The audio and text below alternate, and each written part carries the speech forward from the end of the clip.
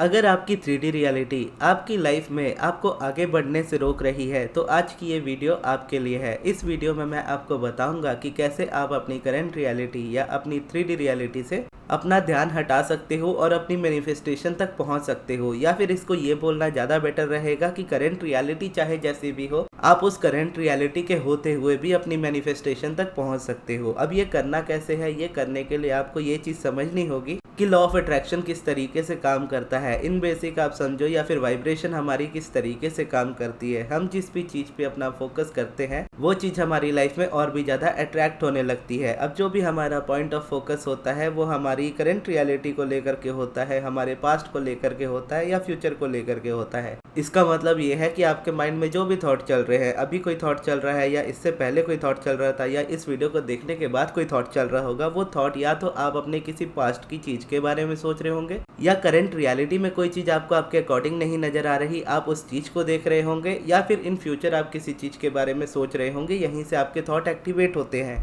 अगर आपकी लाइफ में चीज़ें आपके अकॉर्डिंग नहीं हो रही है, इसका मतलब है कि रेजिस्टेंस अगर आपकी लाइफ में ज़्यादा है, नेगेटिविटी ज़्यादा है, तो 100% इसका मतलब ये है कि आप जब भी अपने पास्ट के बारे में सोचते हो तो आप कोई ऐसे थॉट क्रिएट करते हो जो आपको पेन देते हैं, परेशानी देते हैं। आप करंट रियलिटी में कुछ देखते हो तो वो चीज़ आपको परेशान करती है या आपको रोके रखती है, आगे नहीं बढ़ने देती। या इन फ्यूचर के बारे में आप कुछ सोचते हो तो फ्यूचर आपको आपका डरा देता है, किसी चीज़ या किसी इंसान को खोने का परमानेंट डर आपके अंदर बैठ जाता है। और ये हमारी जो वाइब्रेशन होती है यही एग्जैक्टली हमारा फ्यूचर बनने वाली होती है। प्रेजेंट भी हमारा इसी तरीके का होता है, ऑब्वियसली हमारी वाइब्रेशन की वजह से। यानी आप चाहे पास्ट में सोच रहे हो, प्रेजेंट में सोच रहे हो, फ्यूचर में सोच रहे हो, आप चाहे कहीं भी सोच रहे हो, वो आपकी करंट रियलिटी में भी आपको दिखेगा, वो आपका फ्यूचर भी उसी तरीके का बनाएगा। तो इम्पॉर्टेंट क्या है यहाँ पे? इम्पॉर्टेंट है आपकी करंट फीलिंग्स को चेंज करना। आपकी फीलिंग पहले से बेटर होनी चाहिए, भले थोड़ी सी ही बेटर क्यों ना हो। और ज़रूरी नहीं है कि आप जिस सब्जेक्ट को लेकर के वर्क कर रहे हो या जिस चीज़ को मैनिफेस्ट करना चाहते हो आप उसी के बारे में बेटर फील करो। बेटर फील करना आपको अलाइनमेंट पर लेकर के आता है। अलाइनमेंट आपकी लाइफ में वो चीज़ अट्रैक्ट करती है जो आपको चाहिए होती है। एक एग्जाम्पल के तौर पे आप मान लीजिए कि अगर आप रिलेशनशिप के बारे में सोचते हो, पास्ट में भी आप नेगेटिव सोच रहे थे, यानी पास्ट में भी जब आप सोचते हो नेगेटिव सोचते हो, करंट रियलिटी में भी नेगेटिव सोचते हो, फ्यूचर में भी आप नेगेटिव डर का ख्याल रखते हो, तो ये नेगेटिविटी ना सिर्फ आपके रिलेशनशिप में आपको इफेक्ट डालेगी जिसके साथ आप ये मैनिफेस्टेशन करना चाह रहे हो, बल्कि आपके ओवरऑल रिलेशनशिप में भी ये आपकी लाइफ में इफेक्ट करेगी। इवन मनी के साथ भी, आपके हेल्थ के साथ भी करेगी।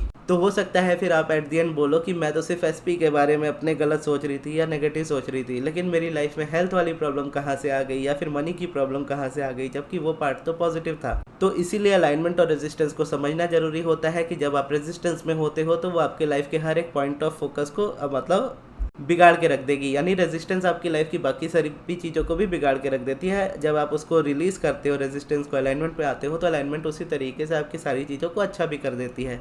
तो इसीलिए आपका ये गोल नहीं होना चाहिए कि मुझे एसपी को लेकर के अच्छा फील करना है। आपका ये गोल होना चाहिए कि मुझे अच्छा फील करना है। भले आपकी डिज़ायर कुछ भी हो, आप मनी मैनिफेस्ट कर रहे हो, हेल्थ मैनिफेस्ट कर रहे हो, करियर मैनिफेस्ट कर रहे हो, कुछ भी मैनिफेस्ट कर रहे हो, आपको बस इतना होना चाहिए कि मेरा प्राइम फोकस अच्छा हो, मैं अच्छा फील करूं, क्योंकि अच्छा फील करना ही इज इक्वल टू अलाइनमेंट। अब जब यहाँ पे हम आ जाते हैं, इसको हम समझ जाते हैं, तो हमारा करंट रियलिटी से ध्यान हटना ईजी हो जाता है। अब आप अच्छा कब फील करोगे? जब आप अपनी लाइफ में उन चीज़ों के थॉट्स को रिलीज कर दोगे जो चीज़ें आपको परेशान करती है, या फिर आप उन थॉट्स को चेंज कर दोगे। ये दो तरीका है, या तो आप थॉट चेंज करोगे या तो आप उस थॉट को रिलीज कर दोगे। अब चेंज करने की जब बारी आती है तो चेंज करने के लिए बहुत सारी चीज़ें होती है। आप कितने थॉट्स क्रिएट करोगे, आप किस तरह के थॉट्स क्रिएट करोगे, आप कौन से अफर्मेशन करोगे, तो बहुत सारी चीज़ें आपके माइंड में आने लगती है जिसकी वजह से आप कुछ भी नहीं कर पाते। एक नज़र के तौर पर भी अगर आप देखो तो आप एक रूम में बैठे, अभी मान लीजिए ये वीडियो देख रहे हो, अब आप अपनी अराउंड अपनी आंखों को घुमा करके देखो, आपको क्या नज़र आ रहा है? दीवार नज़र आ रही है, दरवाज़ा नज़र आ रहा है, आपका फ़ोन नज़र आ रहा है, घड़ी नज़र आ रही है, पंखा नज़र आ रहा है। अब ये आपकी आंखें हैं जो आपके अराउंड इतनी चीज़ों को देख पा रही है। अब मैं अगर बोलूँ कि आप इमेजिन करो कि आप अपने घर से, अपने रूम में से बाहर निकल करके अपने गेट तक जा रहे हो, आप उतना विजुअलाइज कर लोगे। अब मैं अगर बोलूँ कि आप अपने घर में से निकल जाओ और निकल करके विजुअलाइजेशन करते हुए ये अपने आप को देखो कि आप चलते हुए जा रहे हो या आप अपनी गाड़ी से अपने ऑफिस की तरफ जा रहे हो। इसमें थोड़ी सी आपको दिक्कत होगी, लेकिन आप ये भी विजुअलाइज कर लोगे अगर आपका ये डेली बेसिस का काम है तो। लेकिन अगर मैं यहाँ पर आपको ये बोलूँ कि आप अपनी, मान लीजिए किसी जगह पे घूमने जाना चाहते हो, और वो जगह कुछ भी हो सकती है, जैसे मान लीजिए पेरिस है। अब पेरिस में क्या है? Eiffel tower. अब मैं आपको बोलूँ कि आईफिल टावर के बाहर आप अपने आप को विजुअलाइज करो कि आप अपने पार्टनर के साथ खड़े हो, या आप अपने हिसाब से जो भी आप वहाँ पे कर रहे हो, आप खड़े हो बेसिकली वहाँ। तो ये आपने कभी एक्सपीरियंस नहीं किया होगा तो आपके लिए बहुत मुश्किल होगा इस चीज़ को विजुअलाइज करना, और ये चीज़ आपको हेडेक देगी, इमीडिएटली एक नेगेटिव फीलिंग देगी। अब ये अंतर है, अगर आप यहाँ पे अंतर नहीं समझ पाए तो वापस से विजुअलाइज कर लीजिएगा कि अपने रूम में बैठे हो, रूम से निकल करके अपने आप घर के बाहर जा रहे हो, वहाँ तक आपकी विजुअलाइजेशन आपको परेशानी नहीं देगी। लेकिन कुछ आप बहुत बड़ा जब विजुअलाइज करने जाओगे तो आपको हेडेक होने लगेगी या आपको परेशानी होने लगेगी, इमेजेस नहीं बनेंगी। इसका मतलब ये नहीं है कि आपकी इमेजिनेशन में कोई प्रॉब्लम है, इसका मतलब ये है कि हमारा जो नज़रिया होता है या हमारी आंखें होती है उसकी एक दृष्टि होती है कि हम उतनी ही दूर तक देख सकते हैं।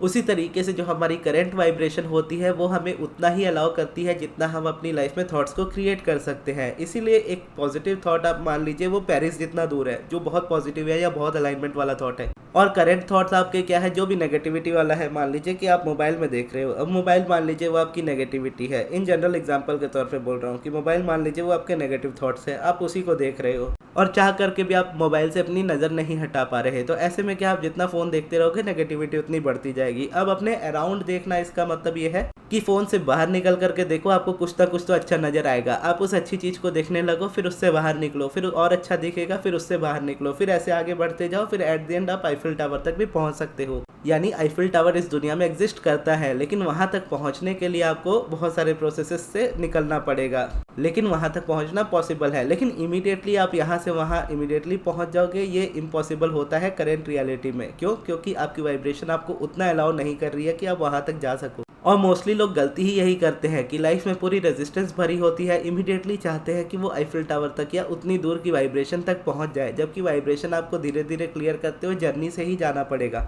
यानी वो मैजिक डोर नहीं है हमारे पास डोरेमोन वाला कि आप दरवाजा खोलो और दूसरे साइड आप पेरिस में निकल जाओ। आपको वो ट्रैवल करना ही पड़ेगा। यानी हम इंडिया में हैं, हम इंडिया से वहाँ जाने के लिए पेरिस आपको ट्रैवल करना पड़ेगा, एयरपोर्ट जाना पड़ेगा। एयरपोर्ट के लिए हो सकता है आप ट्रेन लो या फिर कैब लो या बस लो, फिर आप इंटरनेशनल ट्रैवल करके फिर एट द एंड कितना कुछ करके आप वहाँ पे पहुँचते हो। ठीक उसी तरीके से आपको डिस्टेंस ट्रैवल करनी होती है। डिस्टेंस ट्रैवल करने का मतलब यहाँ पे यही होता है कि जो थॉट आपको नज़र आ रहा है, जो आपको बेटर फील करा दे, बस आपको उस थॉट को पकड़ते जाना है। अब ये थॉट भी कैसे क्रिएट करने हैं ये भी कोई प्रॉब्लम नहीं है। आपको बस ये समझना है कि जो प्रैक्टिसेस है या जो प्रोसेसेस है हमारे, या जिसको टेक्निक्स भी हम बोलते हैं, वो इस तरीके से डिजाइंड होते हैं कि वो आपके थॉट्स को, पुराने थॉट्स को रिप्लेस कर देते हैं न्यू थॉट से। तो आपको उन प्रोसेसेस का सहारा लेना होता है। सबसे पहले तो जब माइंड में बहुत सारी चीज़ें चल रही होती है तो आप इंस्टेंटली उसमें से निकल नहीं पाते हो, तो क्या करते हैं, हम रिलीज करते हैं, चीज़ों को छोड़ना स्टार्ट करते हैं, थॉट्स को।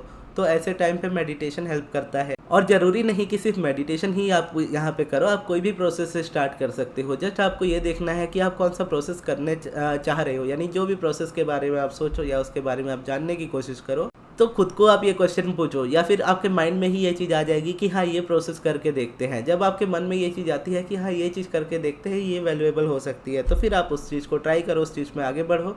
फिर जब उस प्रोसेस से बोर हो जाओ तो आप उसको चेंज कर दो। अब इसको जब आप गेम की तरह लोगे ना तो आप इसको और ज़्यादा इजीली कर पाओगे। गेम की तरह मतलब यहाँ पे ये है कि आपने मान लीजिए मेडिटेशन करना स्टार्ट किया। अब मेडिटेशन कुछ दिन आप करते रहे, आपको अच्छा लगा, फिर अचानक से आपको मेडिटेशन करने का मन नहीं कर रहा बिल्कुल भी।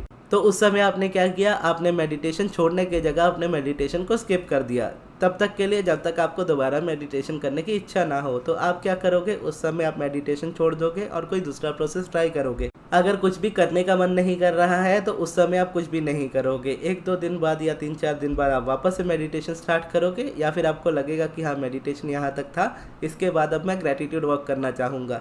फिर आप ग्रेटिट्यूड वर्क कुछ दिन करोगे, आपको वो भी अच्छा लगने लगेगा, फिर आप वाइब्रेशन आपकी बेटर होने लगेगी, फिर आप कोई दूसरा प्रोसेस चूज़ कर लोगे या उसी को कंटिन्यू रखोगे।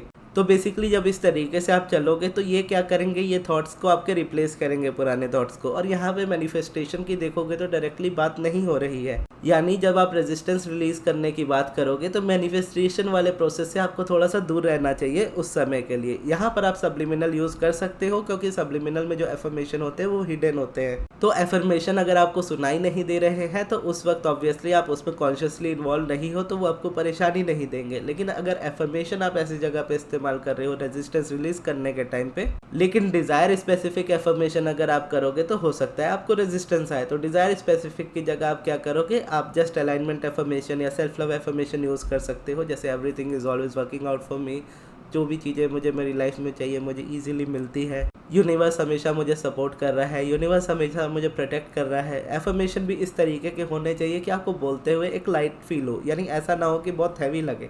बोलते समय जो आपकी फीलिंग होगी ना, वो भी आपको बता देगी कि ये आपको अलाइनमेंट में लेकर के जा रहा है या रेजिस्टेंस में। तो जैसे पिछली वीडियो में भी मैंने बताया था कि सबसे पहले आपको ये देखना होता है कि आपकी करंट रियलिटी में क्या हो रहा है, और जो हो रहा है उससे रिलेटेड आपके थॉट्स क्या है। आपके जो थॉट्स होते हैं, जो फीलिंग होती है, वही रियलिटी में मैनिफेस्ट होता है। जब आप ये समझ जाते हो तब आप चेंज के लिए रेडी हो। तो जब आप चेंज के लिए रेडी हो, आपको क्या करना है, जस्ट आपको देखना है कि आपके थॉट किस तरीके के हैं और कैसे उसको पहले से थोड़ा भी बेटर कर लेना है, और उसी को करते जाना है। और ये करने के लिए सिर्फ प्रोसेसेस नहीं, बल्कि आपकी लाइफ की बाकी चीज़ें भी आपको हेल्प कर सकती है। जैसे अगर आप अपने काम में अपने आप को इंगेज करो, आप ज़्यादा टाइम अपना सोने पे बिताओ, यानी अगर आप अपना स्लीप साइकिल सुधारो, क्योंकि अगर आपको नींद कम आती है या आप सोते नहीं हो बहुत देर तक, तो ऐसे में क्या है कि आप बहुत देर जागते हो। जितना आप जागोगे उतना आप सोचोगे, जितना आप सोचोगे उतनी रेजिस्टेंस क्रिएट करोगे, उतना ओवरथिंकिंग करोगे। तो जब जागे भी हो और कुछ समझ में नहीं आ रहा, तो जैसे मैं क्या करता हूँ, मैं अब्राहम की वीडियोस बहुत सुनता हूँ, सोते सोते भी सुनता हूँ आजकल। तो उस तरीके से आप वीडियो सुन सकते हो, चाहे अब्राहम की या मेरी, या बेसिकली जो आपको अच्छा फील कराए, आपको उन चीज़ों को सुनना है। तो जैसे जैसे आप सुनते जाओगे, वो चीज़ें भी आपकी लाइफ में एक पॉजिटिव इफेक्ट डालेंगी, और धीरे धीरे आपकी वाइब्रेशन में आपको शिफ्ट होता हुआ नजर आएगा। जो परेशानी आपको होती है या जो भारीपन आपको लगता है, नेगेटिविटी लगती है, वो धीरे धीरे कम होने लगेगी। जब वो खत्म होने लगेगी तो आपकी लाइफ खुद ब खुद चेंज होने लगेगी, आपको करना नहीं पड़ेगा कुछ। फिर धीरे धीरे करते करते आप उस वाइब्रेशन तक भी पहुंच जाओगे, जैसे वो पेरिस वाली वाइब्रेशन है, अब वहां तक भी पहुंच जाओगे। लेकिन बस आपको ये डिस्टेंस ट्रेवल करनी होती है। तो ये थी हमारी आज की वीडियो। आपको ये वीडियो कैसी लगी कमेंट्स में जरूर बताइएगा, और इस वीडियो को यहाँ तक देखने के लिए बहुत बहुत धन्यवाद।